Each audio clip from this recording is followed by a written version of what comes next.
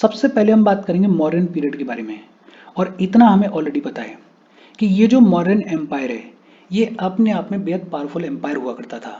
Mauryan period के दौरान ये जो एग्रेरियन इकोनॉमी है, ये जो एग्रीकल्चरल इकोनॉमी है, ये जो एग्रेरियन इकोनॉमी है ये हाईली डेवलप्ड हुआ करती थी। और यही जो एग्रेरियन इकोनॉमी है एक सॉलिड इकोनॉमिक बेस प्रोवाइड करेगी for the development of modern empire.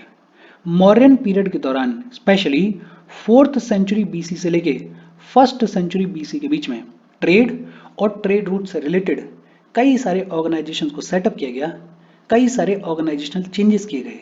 Modern period के दौरान ये जो ट्रेड है, ये जो ट्रेड रूट्स हैं, इनसे रिलेटेड कौन कौन से ऑर्गेनाइजेशंस देखने को मिलते हैं, उन ऑर्गेनाइजेशंस के बारे में एक एक करके पढ़ लेते हैं। देखो, जातका स्टोरीज के अंदर बात की जाती है कारवा ट्रेडर्स के बारे में। जातका स्टोरीज के अंदर बात की जाती है कारवा ट्रेडर्स के बारे में। सवाल आता है कि ये कारवा ट्रेडर्स कौन हुआ करते थे।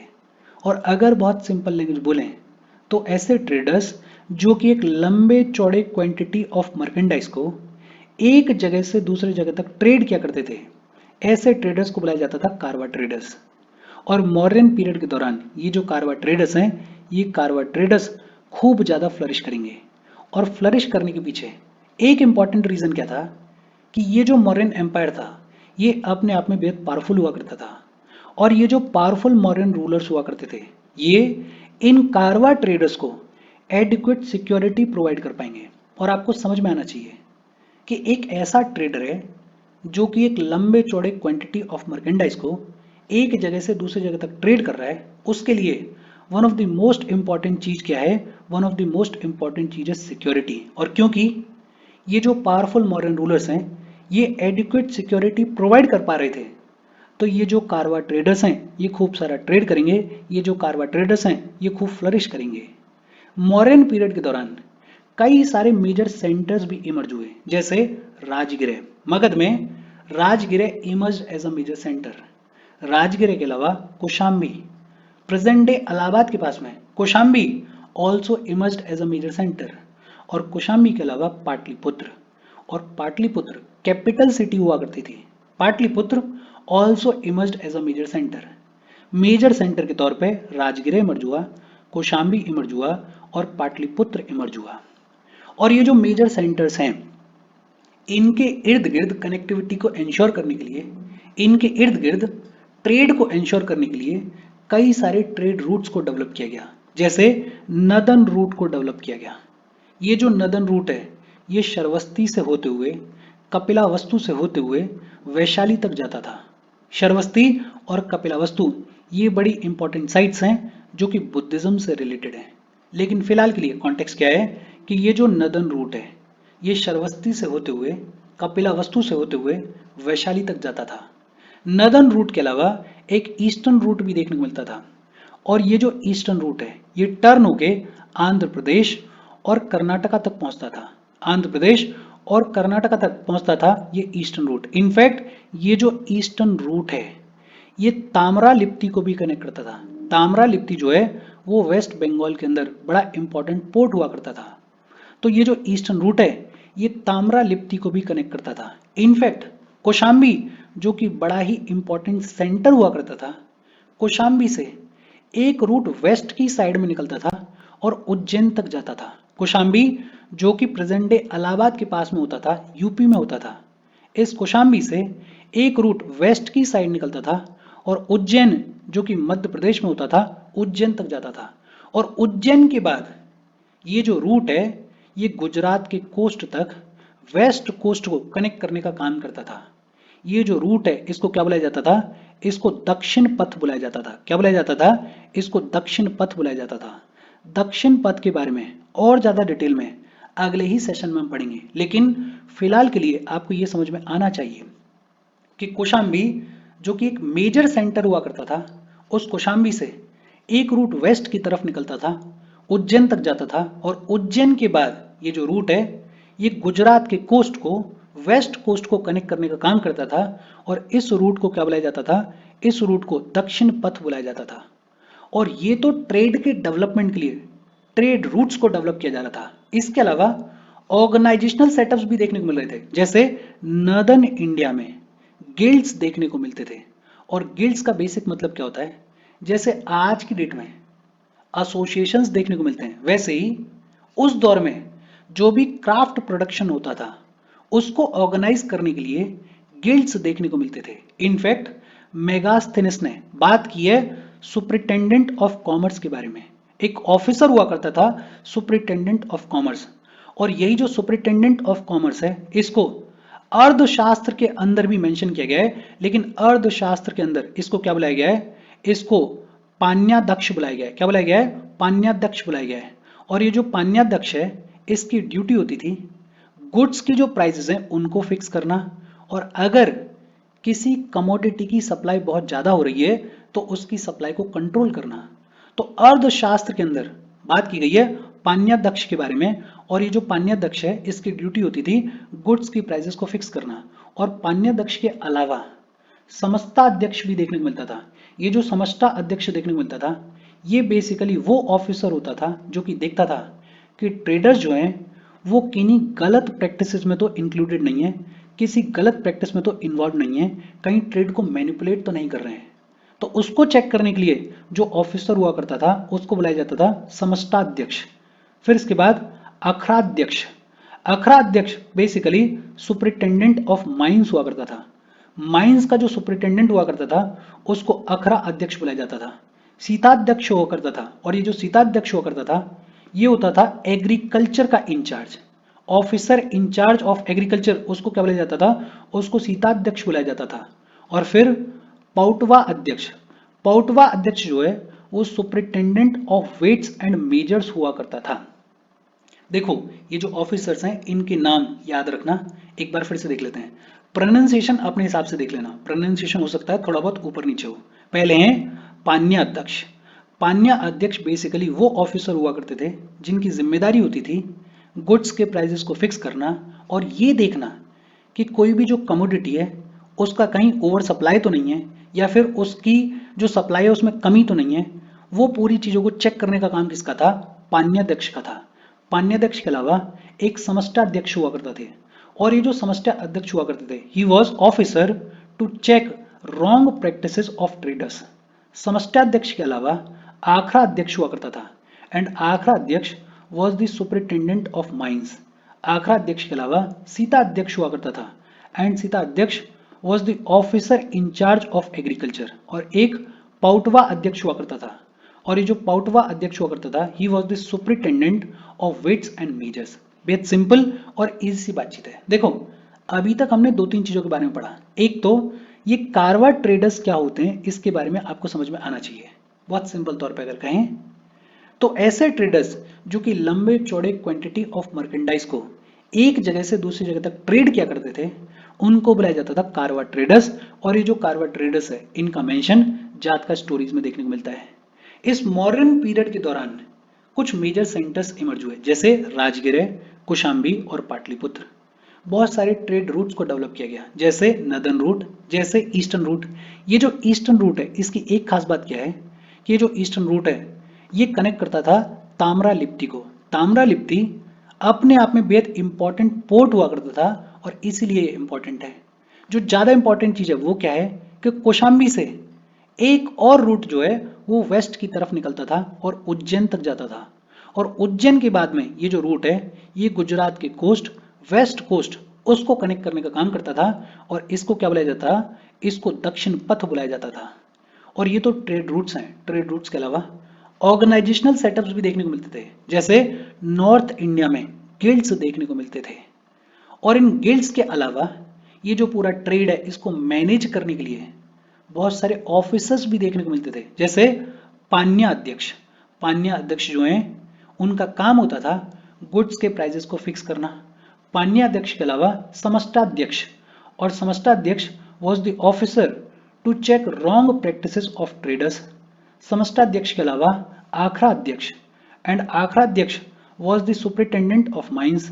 आखरा अध्यक्ष के अलावा सीता अध्यक्ष, सीता अध्यक्ष was the officer in charge of agriculture. और सीता अध्यक्ष के अलावा पौटवा अध्यक्ष he was the superintendent of weights and measures. फिर पाटलिपुत्र को एडमिनिस्टर करने के लिए पाटलिपुत्र जो कि कैपिटल सिटी हुआ करती थी, जो कि मेजर सेंटर हुआ करती थी, पाटलिपुत्र को एडमिनिस्टर करने के लिए 6 बोर्ड्स हुआ करते थे। कितने बोर्ड्स हुआ करते थे? 6 बोर्ड्स हुआ करते थे। और हर एक बोर्ड पे कितने मेंबर्स देखने को मिलते थे? 5 मेंबर्स देखने को मिलते थे। और ये जो मेंबर्स हुआ करते थे, इनको क्या बुलाया जाता था? इनको अस्ट्रोनोमीज बुलाया जाता था। अस्ट्रोनोमीज बुलाया जाता था इन मेंबर्स को। तो पाटलिपुत्र को एडमिनिस्टर करने के लिए 6 बोर्ड्स हुआ करते थे। हर एक बोर्ड पे 5 मेंबर्स हुआ करते थे। और ये जो मेंबर्स हुआ करते थे, इनको क्या बुलाया जाता था? इनको अस्ट्रोनोमीज बुलाया जाता था। इसके अलावा कहापना या कृशापना, they were the widely used coins. और ज्यादातर ये जो कॉइन्स हुआ करते थे, ये सिल्वर के बने हुए हुआ करते थे। और ये अपने आप में इंपॉर्टेंट है, एनसीईआरटी में भी इसके बारे में बात की जाती है। कहापना या कृशापना, they were basically silver coins. सीता लैंड्स हुआ करती थी। सीता लैंड्स ऐसी लैंड्स हुआ करती थी जिनको राजा डायरेक्टली ओन करता था, कंट्रोल करता था। तो सीता लैंड्स ऐसी लैंड्स जिनको किंग डायरेक्टली ओन करता था, कंट्रोल करता था, उनको बुलाया जाता था Sita lands. In fact later half of modern period के दौरान रैपिड सी ट्रेड देखने को मिलेगी। मॉडर्न पीरियड के लेटर हाफ में ये जो सी ट्रेड है, ये सिग्निफिकेंटली इंक्रीज होगी। ये जो मॉडर्न रूलर्स हैं, ये मॉडर्न रूलर्स शिप बिल्डिंग के बिजनेस में भी देखने को मिलते हैं। इसकी भी जानकारी मिलती है कि ये जो मॉडर्न रूलर्स हैं, दे वर engaged in ship building business. और इसके अलावा कमर्शियल पर्पसेस के लिए ये जो मॉडर्न रूलर्स हैं, ये बड़े बड़े शिप्स को हायर भी किया करते थे। कौटिल्य ने अपने अर्थशास्त्र में बताया है कि ये जो सी रूट या फिर ये जो रिवर रूट्स हुआ करते थे, इनके थ्रू जो ट्रेड होता था, वो लैंड रूट्स के कंपैरिजन में चीप होता था, सस्ता होता था। अर्थशास्त्र में ही बात की गई है द्रोणामुख के बारे में। और द्रोणामुख क्या होता था? द्रोणामुख एक ऐसा गांव होता था जहां पे जो सी ट्रेड रूट है और जो लैंड ट्रेड रूट है, वो दोनों मिलते थे। और इस गांव पे टोल कलेक्ट किया जाता था।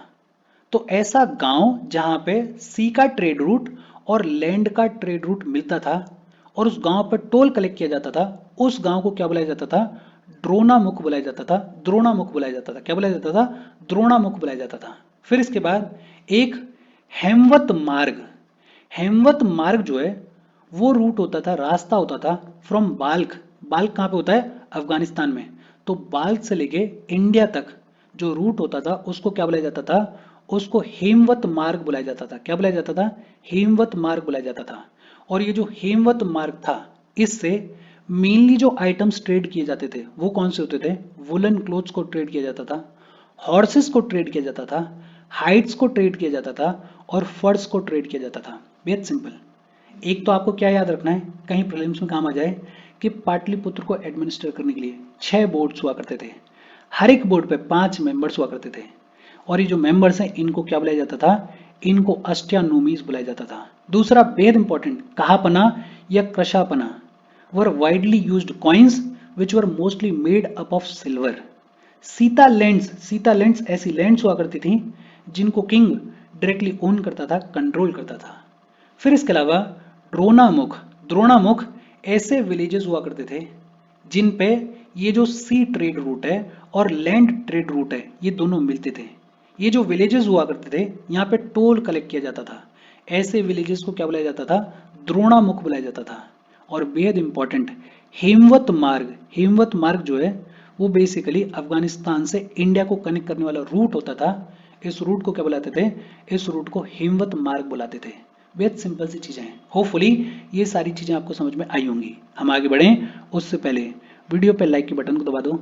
लाइक दबाना जरूरी है, बिकॉज यूट्यूब ऐसे ही फंक्शन करता है। जब आप वीडियो पे लाइक के बटन को दबाते हो तो यूट्यूब वीडियो को कंसिडर करता है और थोड़ा सा पुश कर देता है। तो लाइक का बटन दबा दो, शेयर कर दो अपने सोशल मीडिया हैंडल्स पे, व्हाट्सएप वगैरह पे अपने फ्रेंड्स को। जो भी लोग इसमें इंटरेस्टेड हैं, इससे रिलेटेड पढ़ाई कर रहे हैं, उनको शेयर कर दो। अगर चैनल को सब्सक्राइब नहीं किया तो फॉर श्योर चैनल को सब्सक्राइब कर लो।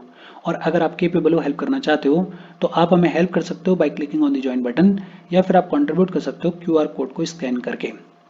बेहद सिंपल और इजी सी बातचीत है। होपफुली सारी चीजें आपको यहां तक समझ में आई होंगी। अच्छा, इसी मॉडर्न पीरियड के दौरान मर्केंडाइज की अगर बात करें, तो जो केरला का कोस्ट है, वो फेमस था पर्ल की ट्रेड के लिए। केरला का जो कोस्ट है वो फेमस था पर्ल की ट्रेड के लिए। Sri Lanka was famous for its precious stones. Sri Lanka जो है वो अपने प्रेशियस स्टोन्स के लिए फेमस था। रूबी और स्पाइनल रूबी, रूबी और स्पाइनल रूबी दोनों ही प्रेशियस स्टोन्स हुआ करते थे। रूबी और स्पाइनल रूबी को इंपोर्ट किया जाता था अफगानिस्तान से, श्रीलंका से और बर्मा से। रूबी और स्पाइनल रूबी को कहां से इंपोर्ट किया जाता था? अफगानिस्तान से, श्रीलंका से और बर्मा से। विंध्या हिल्स और केरला जाने जाते थे क्रिस्टल के प्रोडक्शन के लिए। क्रिस्टल के प्रोडक्शन के लिए विंध्या हिल्स और केरला दे वर नोन। सेफायर और एमथेस्टी, सेफायर और एमथेस्टी इनको इंपोर्ट किया जाता था श्रीलंका से और ये भी बड़े प्रेशियस स्टोन्स हुआ करते थे। गुड क्वालिटी का डायमंड जो है वो बेरार से मंगवाया जाता था। बेरार से अच्छे क्वालिटी का डायमंड मंगवाया जाता था। बेरार कहाँ पे लोकेटेड है? Please let me know in the comment section. History में कई बार ये नाम आता है, मॉडर्न हिस्ट्री में भी इसके बारे में हम पढ़ते हैं। तो बेरार कहाँ पे लोकेटेड है? Please let me know in the comment section. Sandalwood, sandalwood जो है उसको ट्रेड किया जाता था साउथ इंडिया से, जावा से और सुमात्रा से। और हॉर्सेस जो हैं उनको मंगाया जाता था खम्बोज, तजाकिस्तान और सिंध से। तजाकिस्तान और सिंध से मंगाया जाता था हॉर्सेस को। तो ये जो ट्रेड के आइटम्स हैं ये भी अपने आप में इंपॉर्टेंट हैं, इनको भी बेसिक तौर पर अपने दिमाग में रखना। केरला का कोस्ट जाना जाता था पर्ल के ट्रेड के लिए। श्रीलंका जाना जाता था प्रेशियस स्टोन्स के लिए। रूबी और स्पाइनल रूबी को इंपोर्ट किया जाता था अफगानिस्तान से, श्रीलंका से और बर्मा से। क्रिस्टल के प्रोडक्शन के लिए जाना जाता था विंध्या हिल्स को और केरला को। श्रीलंका से इंपोर्ट किया जाता था सैफायर और एमथेस्टी को। डायमंड को मंगवाया जाता था बेरार से। सैंडलवुड को ट्रेड किया जाता था साउथ इंडिया से, जावा से और सुमात्रा से। और हॉर्सेस को मंगवाया जाता था खम्बोज, तजाकिस्तान और सिंध से। बेहद सिंपल और इजी से साथ बातचीत है। इसके साथ में ये जो मॉडर्न पीरियड है, इस मॉडर्न पीरियड के दौरान ट्रेड, ट्रेडर्स और कल्चरल एक्सचेंज की कहानी क्या रही वो सब हमने पढ़ लिया। अब बात आती है गुप्ता पीरियड के बारे में। और देखो, गुप्ता पीरियड के दौरान जो इंडस्ट्रीज हैं और जो ट्रेड है वो थ्राइव करेगा, उसमें खूब रैपिड इंक्रीज देखने को मिलेगा। इंडस्ट्रीज और ट्रेड जो है वो गुप्ता पीरियड के दौरान खूब फ्लरिश करेंगे। और गुप्ताज भी अपने आप में बेहद पावरफुल रूलर्स हुआ करते थे। गुप्ता एम्पायर अपने आप में पावरफुल एम्पायर हुआ करता था।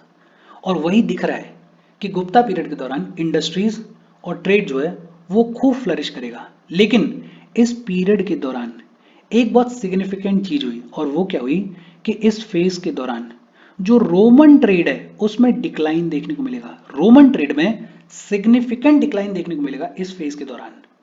गुप्ता पीरियड के दौरान एक किताब लिखी गई नीति सार, और ये जो नीति सार है ये बात करती है उस फेज की पॉलिटिक्स के बारे में, उस फेज की स्टेट क्राफ्ट के बारे में। हमारे लिए इंपॉर्टेंट क्यों है? बिकॉज नीति सार के अंदर बात की गई about the importance of royal treasury, about the importance of different revenue sources. तो रेवेन्यू के ऊपर, रॉयल ट्रेजरी के ऊपर खूब ज्यादा फोकस किया जाता था गुप्ता पीरियड के दौरान, और वो रिफ्लेक्ट होता है उस फेज की किताबों में, जैसे नीति सार। नीति सार में बात की गई है about the importance of royal treasury, बात की गई है about the importance of different revenue sources. फिर इसके अलावा जम्बू द्वीप प्रजनपति, जम्बू द्वीप प्रजनपति बड़ी ही इंपॉर्टेंट किताब है जैनिज्म की। जम्बू द्वीप प्रजनपति और महावास्तु, जम्बू द्वीप प्रजनपति और महावास्तु, इनके अंदर गुप्ता पीरियड के दौरान जो वेरियस टाइप्स ऑफ गिल्ड्स देखने को मिलते थे उनकी बातचीत की गई है। इनफैक्ट जम्बू द्वीप प्रजनपति के अंदर बात की गई है 18 ट्रेडिशनल गिल्ड्स के बारे में। गुप्ताज जाने जाते हैं गोल्ड कॉइन्स को इश्यू करने के लिए। इनफैक्ट गुप्ताज ने largest number of gold coins issue किए, और ये जो गोल्ड कॉइन्स गुप्ताज ने इशू किए इनको क्या बुलाया जाता था? इनको दिनार्स बुलाया जाता था। क्या बुलाया जाता था? दिनार्स बुलाया जाता था। ये जो गुप्ता पीरियड है, इस पीरियड के दौरान दो टाइप के ट्रेडर्स देखने को मिलते थे। कौन कौन से दो टाइप के ट्रेडर्स देखने को मिलते थे?